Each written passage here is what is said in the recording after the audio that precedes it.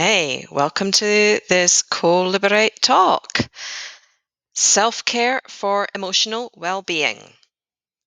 And this is just going to be some simple ways for us to nurture and care for our own emotional well-being. About me, if you don't know, I'm Hannah Mackinnon, founder of YouLiberated, the place to set yourself free from moods that hold you back, or to simply receive the warm hug of friendship, companionship, and accountability. Now, I grew up in Glasgow in Scotland, fascinated by people, always chatting to people of all ages and walks of life, or simply people watching from a distance. That was my lifeblood as a child. And from my mid teens, I was hitchhiking around the UK and Europe, and on into my 20s and 30s, I lived, studied, and worked in Spain.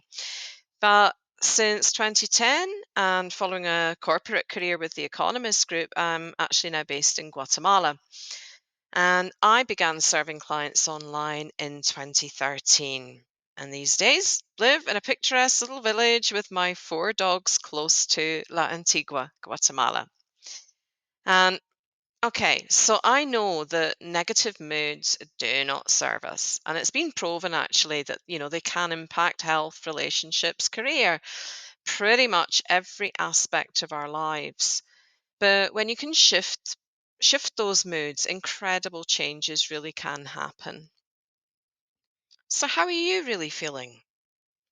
Now, here's a question that's more important than you might think. I'm sure you'd normally tell me you're fine, everything is okay, but perhaps you have some resistance there. You know it's not. And of course, how you feel impacts you and everyone around you. It can impact the experiences you have in your life, including within your business and the clients that are drawn to working with you. If you have those pent up feelings of anger, frustration, disappointment, or loneliness, or anxiety, or just simply feeling down in the dumps, they need addressing before they take hold and start robbing you of the experiences you really want to be having. So, wouldn't it be great to liberate those moods and experience greater emotional freedom? So, prioritizing self care within the areas we're going to look at here is going to help to make this that bit more achievable. The first area we're going to talk about is gratitude. Now, where does gratitude practice really come in? Well, it helps us to reset our attention where our attention is focused. It's an opportunity to reflect upon and be reminded of what's good in our lives. It helps us take charge of uplifting our own mood. And it can help us both shift an unhelpful mood as well as see healthier perspectives that can help us to problem solve. So making gratitude part of your daily self-care does not really need to take up so much of your time. For example, if you're someone who journals daily, maybe make it part of that. I personally like to start the day by answering, what three things am I grateful for today? I love starting the day out that way, but that's something you could be boiling the kettle and asking yourself and responding to. Um, yeah. So, gratitude can be for those simpler things, just like the quiet moments you get to sit and enjoy a coffee. Gosh, aren't they good? Being smiled at by some random stranger or some random act of kindness. Um, the mystery elves that do the washing up unexpectedly within your household. A sunny day, finishing a project ahead of schedule, as much as for the bigger stuff too. And landing an ideal new client, finding a new home, whatever it may be, to shift our energy into the present positives. The second thing we're going to look at is celebrating our wins. And celebrating our wins and appreciating our accomplishments, that really matters. It's a reminder that we're making progress towards our goals. It's affirming the good in ourselves and our value. And it's an instant mood booster just to honor our wins and our accomplishments.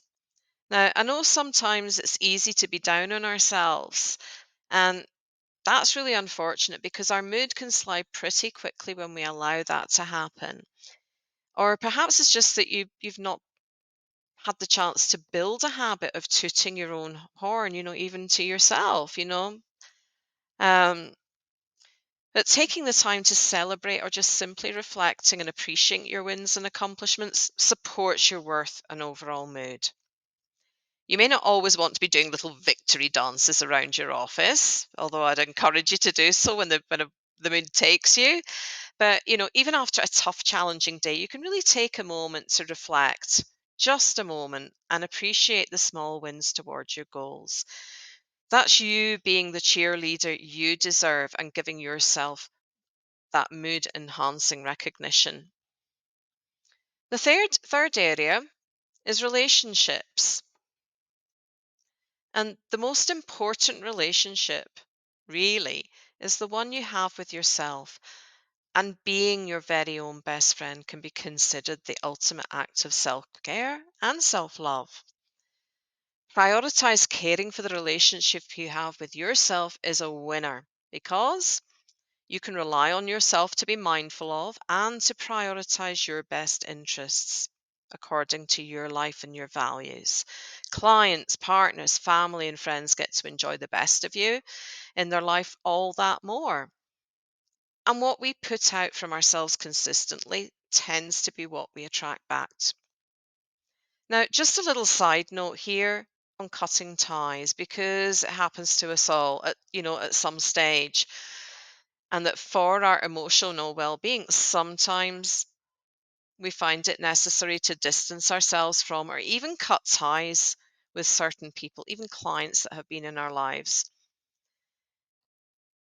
So, it is a case of lovingly creating whatever distance and space you need for your well-being. You're important and your well-being is for yourself and the people around you. The fourth thing, rest and sleep.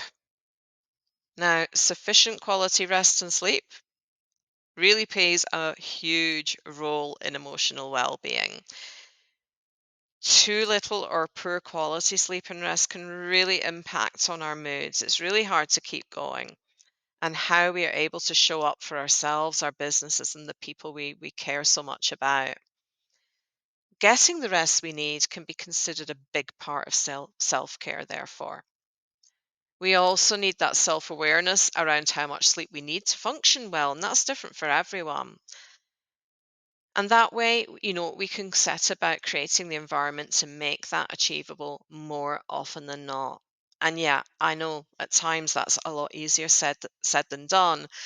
We have big deadlines to meet for business and for client projects, parenting responsibilities, breakups happen, grief, and the like. All these things and more can deplete and cause havoc with our rest cycles and put extra strain onto our emotional state and well-being. So when there is additional strength or anxiety within our, with sleep patterns, scheduling short naps into the day can be a big support. Even if you don't manage to nap, still use the time to disconnect from the day with some time out for yourself to do whatever feels most restful and most restorative to you at that time.